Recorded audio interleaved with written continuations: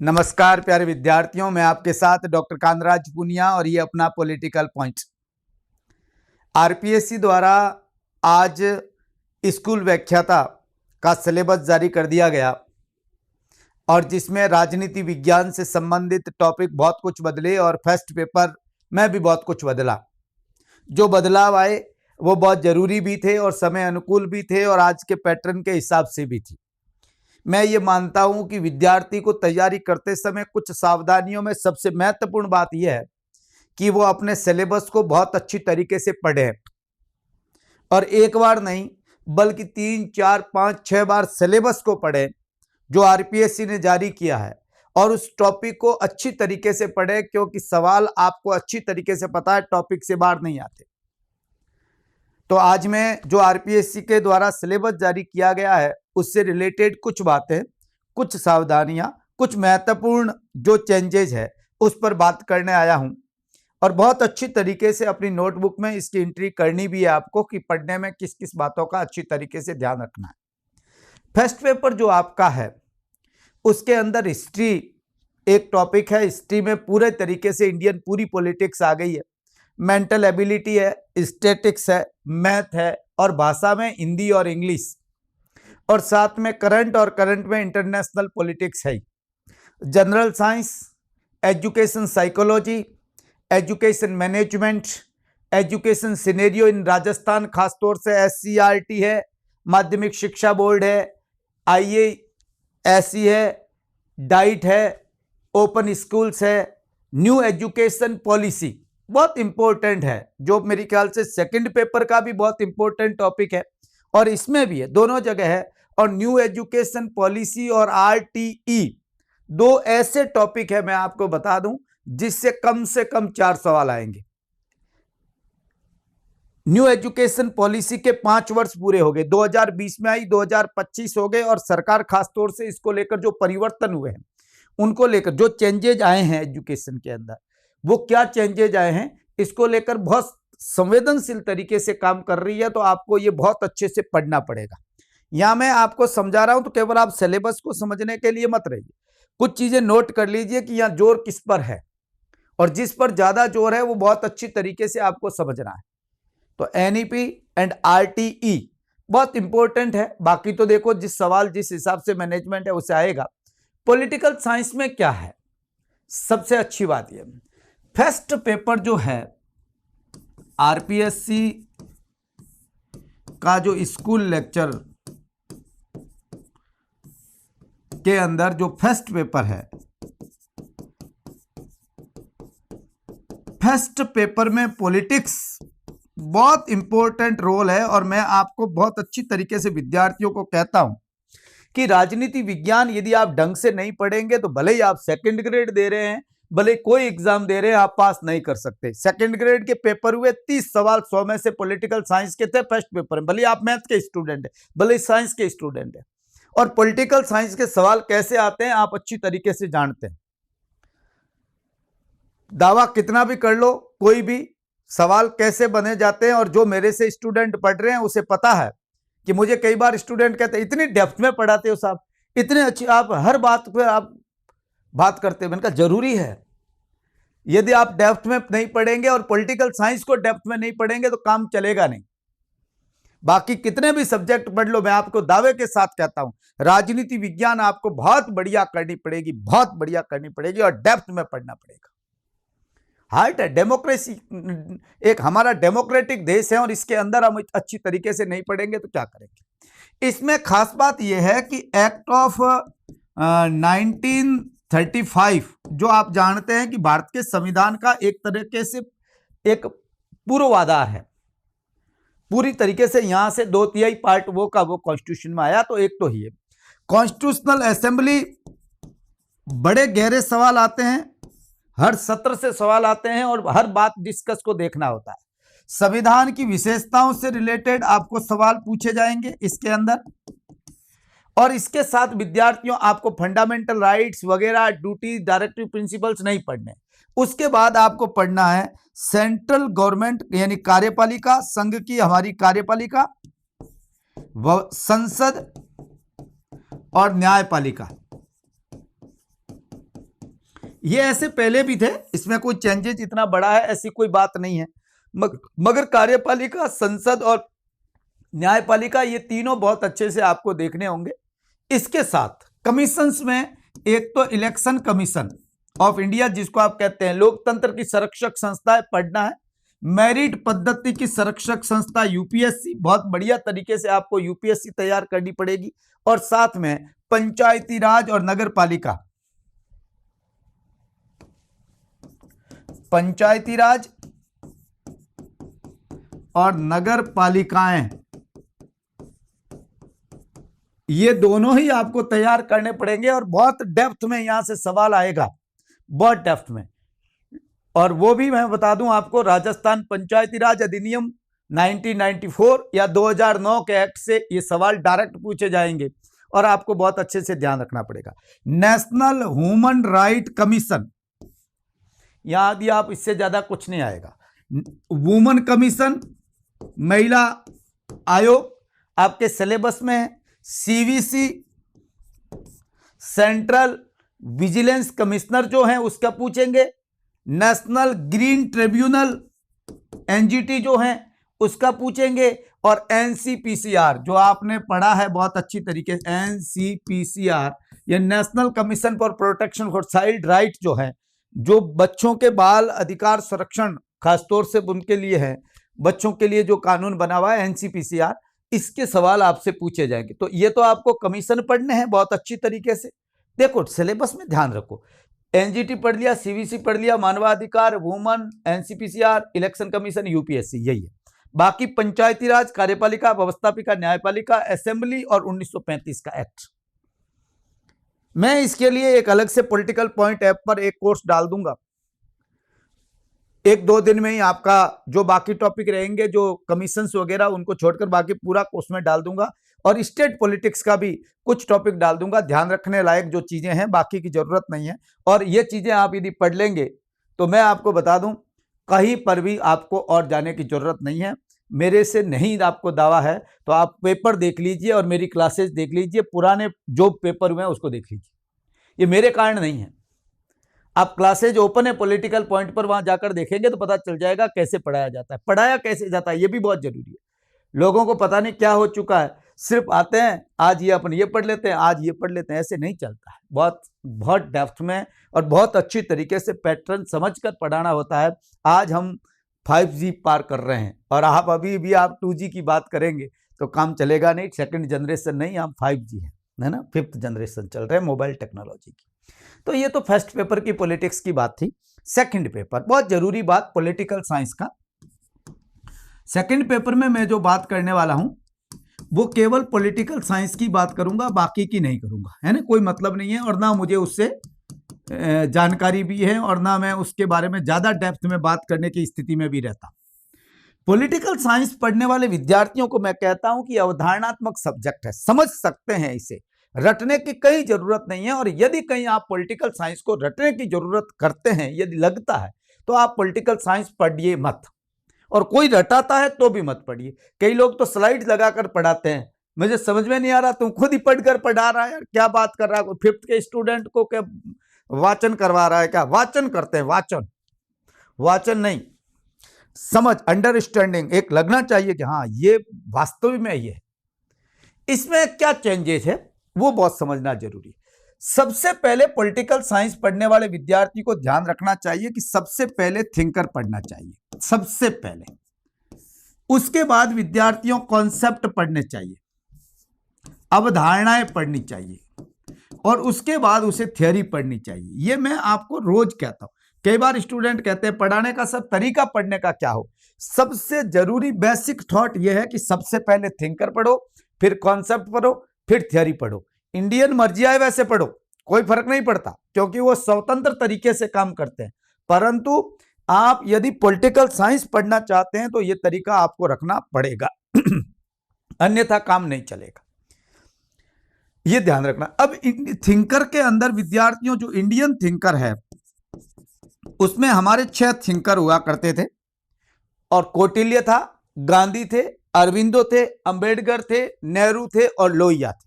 ये तो रहेंगे, जो पहले वाले हैं वो तो रहेंगे ही रहेंगे। इसके साथ है एक विवेकानंद साहब को जोड़ दिया गया।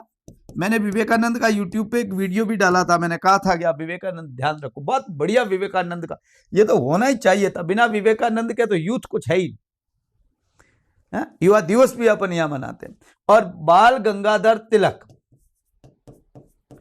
ये दो लोग इतने इंपॉर्टेंट है और इन दोनों को पढ़ना चाहिए था, और ये दो नए जोड़ दिए गए। बाकी वो का वह कौटिल्य है आपका, वैसे और कैसे भी पढ़ो, इसको कोई फर्क नहीं पड़ता। जब विवेकानंद को पढ़ो तो विवेकानंद की सीरियल वाइज क्लास देखो, और तिलक को पढ़ते हो तिलक को, और कौटिल्य को पढ़ते हो तो कौटिल्य की देखो, इसमें कोई ज्यादा फर्क नहीं पड़ता इंडियन में तो। मगर वेस्टर्न पॉलिटिक्स के अंदर प्लेटो, अपन पाश्चात्य यूनानी थिंकर में अपन दो पढ़ रहे थे, एक पढ़ रहे थे प्लेटो और एक पढ़ रहे थे एरिस्टोटल, ये हमारे सिलेबस में है। मध्यकाल के अंदर हम जो आधुनिक विचारकों से स्टार्ट करते थे, पूरा मध्यकाल तो डार्क एज है, आधुनिक में हम पढ़ते थे मैकियावेली एक तो, और अभी भी मैकियावेली पढ़ना है। उसके बाद हम पढ़ते थे विद्यार्थियों सोशल कॉन्ट्रैक्ट के, खास तौर से हॉब्स, लॉक और रूसो, ये आपको पढ़ने हैं। हॉब्स, लॉक और रूसो अभी भी हैं। इसके बाद अपन पढ़ते थे बेंथम, बेंथम नहीं पढ़ना है अब आपको, बेंथम इन्होंने हटा दिया, मगर पढ़ना पड़ेगा, बिना बेंथम के काम चलेगा नहीं। और John Stuart Mill, John Stuart Mill, और मिल के साथ विद्यार्थियों मार्क्स, मार्क्स से पहले आपको पता हिगल पढ़ना पड़ता है, कार्ल मार्क्स, और बाकी वैसा का वैसा आपका सिलेबस है। इसमें केवल एक कम हुआ है, बड़ा नहीं है, और कम जो हुआ है वो बेंथम कम हुआ है, मगर बेंथम पढ़ना पड़ेगा, बेंथम छोड़ नहीं सकते। बिना बेंथम पढ़े मिल नहीं पढ़ सकते, बिना हीगल पढ़े मार्क्स नहीं पढ़ सकते, बिना हॉब्स पढ़े लॉक नहीं पढ़ सकते, बिना लॉक पढ़े रूसो नहीं पढ़ सकते। ये चीजें जो, बिना प्लेटो पढ़े एरिस्टोटल नहीं पढ़ सकते, बिना सुकरात पढ़े प्लेटो नहीं पढ़ सकते, और बिना सोपिट्स और उस समय की स्थिति को पढ़े बिना आप बाकी चीजों को नहीं पढ़ सकते। ये बहुत जरूरी चीज है, तो ये आपको पढ़ना ही पढ़ना पड़ेगा, उसमें कोई शक है नहीं। तो थिंकर में आप समझ गए, इंडियन थिंकर और वेस्टर्न, इंडियन में दो जुड़े हैं और वेस्टर्न थिंकर में एक कम हो गया है, कोई प्रॉब्लम नहीं।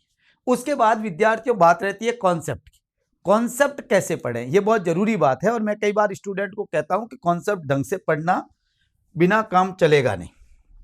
कैसे पढ़ते हैं कॉन्सेप्ट? कॉन्सेप्ट में सबसे पहले अपन देखेंगे राज्य को।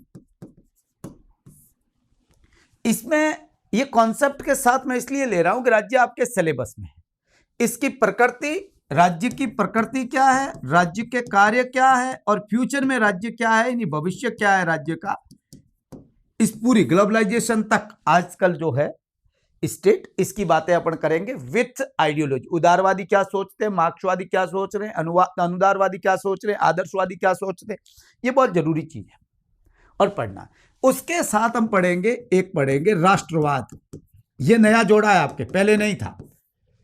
खासतौर से European countries and non European countries में राष्ट्रवाद आया कैसे, और राष्ट्रवाद कॉन्सेप्ट कैसा है, बहुत बढ़िया तरीके से मैंने इस चीजों को समझाया है। जब मैं पढ़ा रहा था तब भी स्टूडेंट मुझे कह रहे थे कि साहब राष्ट्रवाद अभी आप पढ़ा रहे, मैंने कहा ये काम आएगा, और अभी आपके ये सिलेबस में जोड़ दिया गया। उसके बाद संप्रभुता, राज्य की आत्मा है, सीधी सी बात है। देखो सिलेबस में भी ये जरूरी है कि आप पढ़ते हैं तो जोड़ के पढ़ोगे तो काम चलेगा, नहीं तो नहीं। ये संप्रभुता राज्य की आत्मा है, बिना तो हो ही नहीं सकता, तो ये आपको साथ में पढ़ना। इसके साथ पढ़नी शक्ति, सत्ता और वेदता, ये मैंने ऐसे ही पढ़ाया है, कोई प्रॉब्लम है नहीं, बहुत बढ़िया एक्स्ट्रा, क्योंकि संस्कृत एजुकेशन के सिलेबस में था और अभी इसमें भी जोड़ दिया है, तो ये हमारा दोनों हो गए। फिर स्वतंत्रता, ये सेपरेट अच्छी तरीके से पढ़ना पड़ेगा। समानता, ये पढ़ना है। न्याय, यही पॉलिटिकल साइंस है। अधिकार, नागरिकता,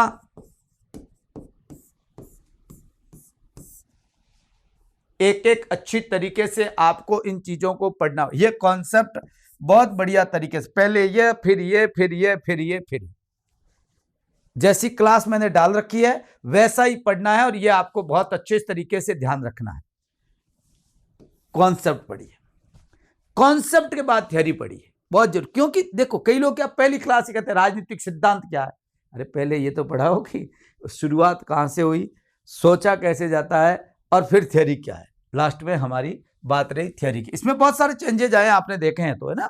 राष्ट्रवाद चेंज हो गया, शक्ति सत्ता वेदता में चेंज हो गया, है ना। ये कुछ चेंजेज है, बाकी ज्यादा और नहीं है। नागरिकता ऐसे भी ये जोड़ा जाता, पढ़ा जाता। अगली बात विद्यार्थियों, थ्योरी। कंपेरेटिव में ज्यादा चेंजेज है ऐसे, बाकी की बदौलत कंपेरेटिव बहुत कुछ बदल गया है। थ्योरी में प्रकृति सिद्धांत की प्रकृति पढ़नी है, पढ़ते ही थे पहले। क्षेत्र पढ़ते ही थे, महत्व पढ़ते ही थे। राजनीतिक सिद्धांत का परंपरागत दृष्टिकोण बहुत अच्छी तरीके से पढ़ते थे। आधुनिक दृष्टिकोण, राजनीतिक सिद्धांत का पतन और राजनीतिक सिद्धांत का पुनरुत्थान, और इसके अंदर खासतौर से पतन बोलते हैं व्यवहारवाद को, और उत्तर व्यवहारवाद जिनको पुनरुत्थान के रूप में देखा जाता है। ये बात मैंने बहुत अच्छी तरीके से समझा है। इसमें रैशनल चॉइस थ्योरी वगैरह वगैरह ये भी आ जाएगा। ग्रुप थ्योरी भी अपन पढ़ेंगे, क्योंकि व्यवहारवाद से पूर्व जो है ग्रुप थ्योरी काम करती है। तो ये चीजें जो है आपको राजनीतिक सिद्धांत का प्रकृति, क्षेत्र, महत्व, परंपरागत, आधुनिक, पुनरुत्थान के साथ व्यवहारवाद और उत्तर व्यवहारवादी दृष्टिकोण, बहुत बढ़िया तरीके से ये हो गया आपका। इसके साथ अब आपको पढ़ना है कंपैरेटिव पॉलिटिक्स की थ्योरी। इसमें बहुत चेंज हुए। सबसे बड़ा चेंजेज यहां कंपैरेटिव पॉलिटिक्स में हुआ है। और कंपैरेटिव पॉलिटिक्स में पॉलिटिकल सिस्टम अपन पढ़ते थे, पॉलिटिकल डेवलपमेंट पढ़ते थे, पॉलिटिकल कल्चर पढ़ते थे, मगर विद्यार्थियों अब बहुत चेंज है। अब राजनीतिक व्यवस्था सिद्धांत भी है। व्यवस्था सिद्धांत डेविड ईस्टन का, जो आपको पता है बहुत अच्छी तरीके से। राजनीतिक विकास पहले भी पढ़ते थे, अभी है राजनीतिक विकास। राजनीतिक संस्कृति, राजनीतिक सामाजिकरण, राजनीतिक आधुनिकरण, बहुत महत्वपूर्ण है। सामाजिकरण और आधुनिकरण टॉपिक नहीं थे, मगर सवाल कहीं ना कहीं इसे पूछते थे। ये सामाजिक पूंजी, सामाजिक पूंजी का मतलब समझते हैं? सामाजिक पूंजी का मतलब है हमारे जो रिश्ते, हम पैसों के पीछे सब कुछ भूल गए, इस पूंजी के पीछे सामाजिकता भूल गए, हमारी चेतना, हमारे रिश्ते सब कुछ चले गए, है ना। ये व्हाइट बॉल जो फेंक रहे हैं ना हम, व्हाइट बॉल, ये व्हाइट बॉल हमारी गड़बड़ कर रही है। तो सोशल कैपिटल बहुत इंपॉर्टेंट है, सोशल कैपिटल कॉन्सेप्ट, और बड़ा इंटरेस्टिंग भी है आदमी में इथिक्स को बढ़ के। और लोग ये डेमो हमारी पॉलिटिकल साइंस इथिक्स का ही सब्जेक्ट है। और लोकतांत्रिकरण, लोकतांत्रिकरण, डेमोक्रेटाइजेशन, ये टॉपिक आपके कंपैरेटिव पॉलिटिक्स में दो नए जुड़ गए, ये भी जुड़ गया और एक आधुनिकरण भी जुड़ गया। इसके साथ और कुछ टॉपिक जुड़े जो बहुत जरूरी है, जो खासतौर से इंटरनेशनल पॉलिटिक्स में और मेरे ख्याल से जो असिस्टेंट प्रोफेसर के सिलेबस में थे। एक है उत्तर आधुनिकतावाद, लिख देना ये सिलेबस में, आप अपनी किताबों में ये चीजें बहुत अच्छी तरीके से सेट कर लीजिए। उत्तर आधुनिकतावाद नया है। उत्तर संरचनावाद, क्या क्या चेंजेस अभी कंपैरेटिव पॉलिटिक्स के अंदर खासतौर से दुनिया की राजनीति में आ रहा है। बहुसंस्कृतिवाद पढ़ाया है मैंने बहुत अच्छी तरीके से, और पढ़ना पड़ेगा। सवाल पूछे भी गए, अभी आपने देखा है पिछले सिलेबस में सीधा सीधे सवाल पूछे हैं, है ना। विश्व नागरिकता या सार्वदेशिकता, पूरा कॉन्सेप्ट एकदम नया। नारीवाद और ग्रीन पॉलिटिक्स, ग्रीन राजनीतिक सिद्धांत, या ये कहें green political theory, green political theory या सिद्धांत। मैं हिंदी में ज्यादा लिखने की कोशिश कर रहा हूं, ताकि हिंदी में पॉलिटिकल स्टूडेंट क्या है, हिंदी में इस सिलेबस को चाहिए, उनको शब्द मिलेंगे नहीं। तो मैं चाह रहा हूं उत्तर आधुनिकतावाद, उत्तर संरचनावाद, बहुसंस्कृतिवाद, बहुसंस्कृतिवाद के बाद सार्वदेशिकता, नारीवाद, ग्रीन पॉलिटिकल थ्योरी, ये जो है आपके सिलेबस में नए जोड़े हुए सब टॉपिक हैं, कंपैरेटिव से रिलेटेड है, बहुत अच्छे से पढ़ना पड़ेगा। इसके साथ कंपैरेटिव पॉलिटिक्स में और जोड़ दिए गए कुछ जो पहले से ही थे ऐसे, तो लोकतंत्र, अधिनायकवाद, बहुत बढ़िया तरीके से ये अधिनायकवाद और लोकतंत्र हम पढ़ते हैं। लोकतंत्र तो बहुत बड़ा टॉपिक है, बहुत अच्छे से पढ़ना ही पड़ता है। क्या हो गया? हाँ, उसके बाद में संसदात्मक व्यवस्था, अध्यक्षात्मक व्यवस्था,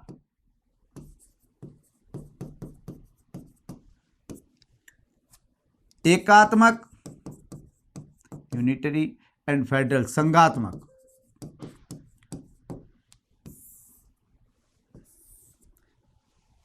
ये बहुत बढ़िया तरीके से कंपैरेटिव पॉलिटिक्स की थ्योरी को पढ़ना है। ये तो है थ्योरी। कंपैरेटिव पॉलिटिक्स में तुलनात्मक राजनीतिक व्यवस्थाओं में हमें कुछ देश चेंज हो गए। एक तो यूके, यूएस, फ्रांस, स्विट्जरलैंड और जापान। ये जापान एकदम नया आया, एकदम जापान नया, बहुत बढ़िया सिस्टम है जापान का, अलग सिस्टम है हटके, और ये मैं पढ़ना चाहिए। इसकी तीनों ही कार्यपालिका भी पढ़ेंगे, इसकी एग्जीक्यूटिव, लेजिस्लेचर एंड जुडिशरी, कार्यपालिका, व्यवस्थापिका और न्यायपालिका, इन सब की UK, US, France, Switzerland, Japan. पहले सेलेक्टिव था, अब पूरा का पूरा इसको आपको पढ़ना पड़ेगा। और political party and pressure groups के अंदर यूके, यूएस और फ्रांस, इन तीनों देशों के ये पढ़ने हैं। ये भी बढ़ गया, ये भी बढ़ गया पहले, क्योंकि यूके यूएस था, अब फ्रांस जोड़ दिया गया, यहां जापान जोड़ दिया गया, स्विट्जरलैंड का सिस्टम आ गया पूरा का पूरा, पहले इतना नहीं था। तो ये पूरा का पूरा अपने को प्रैक्टिकल पॉलिटिक्स में ये सिलेबस बढ़ चुका है, और बहुत अच्छी तरीके से इस सिलेबस को अपने को करना पड़ेगा। यानी कंपैरेटिव पॉलिटिक्स में बहुत सारा चेंजेस है, मगर इतना आप डरने लायक बात नहीं है। ये पहले भी पढ़े बिना सिलेक्शन नहीं हो सकता था। पेपर जो आ रहे थे लड़कों को हार्ड इसलिए लग रहे थे, अब क्लियर हो गया सिलेबस, और मेरे ख्याल से अच्छे चेंजेज है, कोई गलत चेंजेज है नहीं ऐसा कि स्टूडेंट पर एकदम आ गया। टाइम हमारे पास फुल है और हम बहुत बढ़िया तरीके से तैयारी कर सकते हैं। अब विद्यार्थियों, कंपैरेटिव पॉलिटिक्स के बाद में हम इंडियन पॉलिटिक्स की बात करें। इंडियन कॉन्स्टिट्यूशन और कॉन्स्टिट्यूशन एंड पॉलिटिक्स। पॉलिटिक्स अलग चीज है, आपको अच्छी तरीके से पता है, और कॉन्स्टिट्यूशन अलग बात है। इंडियन कॉन्स्टिट्यूशन के अंदर कॉन्स्टिट्यूशनल असेंबली पहले से पार्ट में भी है, अभी भी इसमें भी है। संविधान सभा पूरी अच्छी तरीके से पढ़ना है। प्रस्तावना, आपको उद्देशिका, प्रियम्बल जिसको बोलते हैं, fundamental right, directive principle of state policy, fundamental duties, ये वैसे के वैसे हैं जैसे पहले थे, कोई प्रॉब्लम है ही नहीं। मेरी ख्याल से यहाँ कुछ भी चेंजेज नहीं आया, कोई चेंजेज नहीं आया। इसके बाद इंडियन कॉन्स्टिट्यूशन के अंदर एक आता था हमारी यूनियन गवर्नमेंट में, जो यूनियन गवर्नमेंट है उस यूनियन गवर्नमेंट की एग्जीक्यूटिव है, लेजिस्लेचर एंड जुडिशरी, यानी कि कार्यपालिका पूरी की पूरी, आप समझिए कार्यपालिका, संसद और न्यायपालिका यहां आएगी। उसके बाद स्टेट गवर्नमेंट में स्पेशल, इन्होंने लिखा है स्पेशल राजस्थान, यानी राजस्थान के संदर्भ में कार्यपालिका, व्यवस्थापिका और न्यायपालिका, यानी हाईकोर्ट, हमारी विधानसभा और विधानसभा की प्रक्रिया नियम, और इसके साथ गवर्नर, सीएम, कैबिनेट, इसकी बातें अपन करेंगे। उसके बाद विद्यार्थियों, लोकल एंड अर्बन बॉडी, पंचायती राज व्यवस्था और नगरीय स्वशासन के साथ एक चीज जोड़ दी गई कि यहाँ की जो गवर्नेंस है, यहाँ की जो सुशासन है, पॉलिसीज हैं, उसको भी अब सवाल में पूछा जाएगा। ये तो आपका हो गया। इसके साथ यहाँ यूनियन एंड स्टेट रिलेशन, इसके बाद में इसके संबंध, जिसमें खासतौर से जो फेडरल हमारी संघात्मक व्यवस्था है, इसमें क्या चेंजेज है वगैरह है, वो तो आप अच्छी तरीके से जानते हैं। जीएसटी अब ओल्ड हो गया, पुराना हो गया, 8 साल पुराना हो गया, तो अब जो चीजें, जो चेंजेज नहीं आई है, वो चीजें आपको इसमें अंदर पढ़ना है। ये तो कॉन्स्टिट्यूशन, लगभग कॉन्स्टिट्यूशन अपने को पूरा ही पढ़िए, ये सोचिए, ये तो है कॉन्स्टिट्यूशन की बात। उसके बाद आता है व्यवहारिक राजनीति, ये है पॉलिटिक्स। पॉलिटिक्स में सबसे बड़ा अच्छा टॉपिक जो मैं अभी पढ़ा ही रहा हूं, मेरे टॉपिक चल रहे हैं राष्ट्र निर्माण, और मैंने राष्ट्र निर्माण में आपको देखा है तो पूरे के पूरे इंडिया के कॉन्सेप्ट को इस प्रकार से लिया है कि भाई पंजाब की क्या प्रॉब्लम है, तमिलनाडु की क्या है, आंध्रा की क्या है, नागालैंड की क्या है, मणिपुर की क्या है, पूर्वोत्तर की स्टेट की समस्याएं क्या है, ये चीजें आपको बहुत अच्छे से देखनी पड़ेगी। राष्ट्र निर्माण और राष्ट्र निर्माण के साथ एकीकरण, पहले ये क्या था, एकीकरण सीधा लिखा हुआ था तो वही फर्क, कुछ नहीं पड़ता, गहराई से पढ़ना ही पढ़ना पड़ता। पॉलिटिकल पार्टीज, राजनीतिक दल, दबाव समूह, भारत के बहुत अच्छी तरीके से यहाँ दबाव समूह आपको वहां कंपेरेटिव पॉलिटिक्स में भी पढ़ने हैं, कॉन्सेप्ट के हिसाब से भी देखने हैं, और साथ में भारत के राजनीतिक दल में पढ़ा चुका हूं। सामाजिक राजनीतिक आंदोलन, न्यू सोशल मूवमेंट थे ना जिसको आप कहते थे, उसको यहाँ इन्होंने नाम एक दे दिया, इसको अपन पढ़ने ही पढ़ने पड़ेंगे, तो ये थोड़ा विस्तृत कर दिया, बड़ा हो गया, अब बहुत अलग से पढ़ना पड़ेगा। इसके साथ निर्वाचन प्रक्रिया पढ़ाया मैंने, निर्वाचन में सुधार, निर्वाचन व्यवहार, किस प्रकार से हिंदुस्तान के अंदर सिस्टम काम करता है, और खासतौर से इसमें एक शब्द लिख दिया गया लोकसभा चुनाव। ऐसे सवाल लोकसभा चुनाव से बनते थे, आप अच्छी तरीके से जानते हैं, मगर यहां सीधा सवाल भी इन्होंने डाल दिया गया कि लोकसभा चुनाव से रिलेटेड पूछेंगे। अब इसके साथ बहुत चेंजेस अलग हुए, इसमें राजनीति में जो गतिशीलता है, चेंजेज है, जिसमें खासतौर से लिंग, महिला राजनीति, जो अभी हाल ही में आपको पता है महिलाओं का आरक्षण को लेकर विधेयक पास हुआ है ना, जो आपको पता है अब आगे लागू होगा, उसकी बात अपने को अब करनी पड़ेगी, पहले ज्यादा जरूर नहीं। जाति,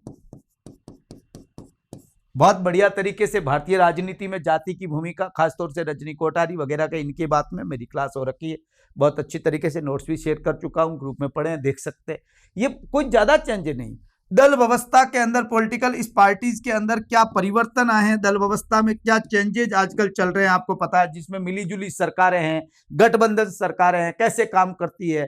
इसके साथ एक खास बात है कि इन पॉलिटिक्स के अंदर परिवर्तन में जो क्षेत्रीय इच्छाएं हैं, लोग जो ये चाहते हैं कि हमारे क्षेत्रीय पार्टियां, सीधी सी बात है, वो राष्ट्र हित से ज्यादा क्षेत्रीय इच्छाएं उसके लिए महत्वपूर्ण होती है। अकाली दल है तो वो पंजाब का सोचेगा, क्लियर बात है इसके बारे में। तो राजनीतिक परिवर्तन जो हुए हैं, निर्वाचन के अंदर जो सुधार हैं, या जो जाति है, लिंग है, क्षेत्रीय इच्छाएं हैं, ये पूरा का पूरा आपको बहुत अच्छी तरीके से पॉलिटिक्स को देखना है। तो पॉलिटिक्स, व्यवहारिक पॉलिटिक्स थोड़ी सी बड़ी हो गई है, थोड़ा चेंजेज है, ऐसे टॉपिक में वैसा ही रहा, मगर ये चेंजेज आपको ध्यान रखने पड़ेंगे। अब बात रही इंटरनेशनल में भी बहुत कुछ बदला। इंटरनेशनल पॉलिटिक्स जो है,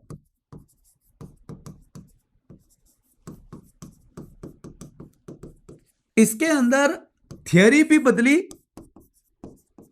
और व्यवहारिक राजनीति तो बहुत बढ़िया कर दी इन्होंने। व्यवहारिक इंटरनेशनल जो पॉलिटिक्स है उसको बहुत अच्छा कर दिया। इसमें पहले तो सीधा आदर्शवाद और यथार्थवाद दो ही थे, अब इन्होंने उदारवाद से सवाल तो आ रहे थे, इन्होंने क्या सिलेबस चेंज नहीं किया, पेपर वैसे ही बना रहे थे लोग। तभी क्या है, कई लोगों के दिमाग में आता था साहब ये तो सवाल कहां से आया, बाहर से क्यों आया, बाहर से नहीं था, सिलेबस में उन्होंने इतना ही लिखा था। पढ़ाने वाले गलती ये करते थे, पढ़ाने वाले डेप्थ से पढ़ाए तो मामला गड़बड़ नहीं होता। मैंने तो आप देख लीजिए इंटरनेशनल पॉलिटिक्स की क्लासें डाल रखी है, ये सब चीजें मैंने पढ़ाई।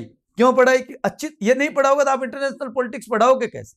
मगर कुछ लोग यही सोच रहे इतना पढ़ा दो, अपने 6 महीने में कोर्स करवा दो, जिन छूटी कर्म फूटे छोरों। अरे कर्म क्यों, आपका फर्ज ही है, पहली रेस्पॉन्सिबिलिटी है, नैतिक दायित्व है। यदि आप इस पर ध्यान नहीं देंगे तो जवाबदेही तो आपके यहां नहीं तो भगवान के घर तो है ही। उदारवाद, यथार्थवाद पहले ही था, अभी भी है, सीधी सी बात है।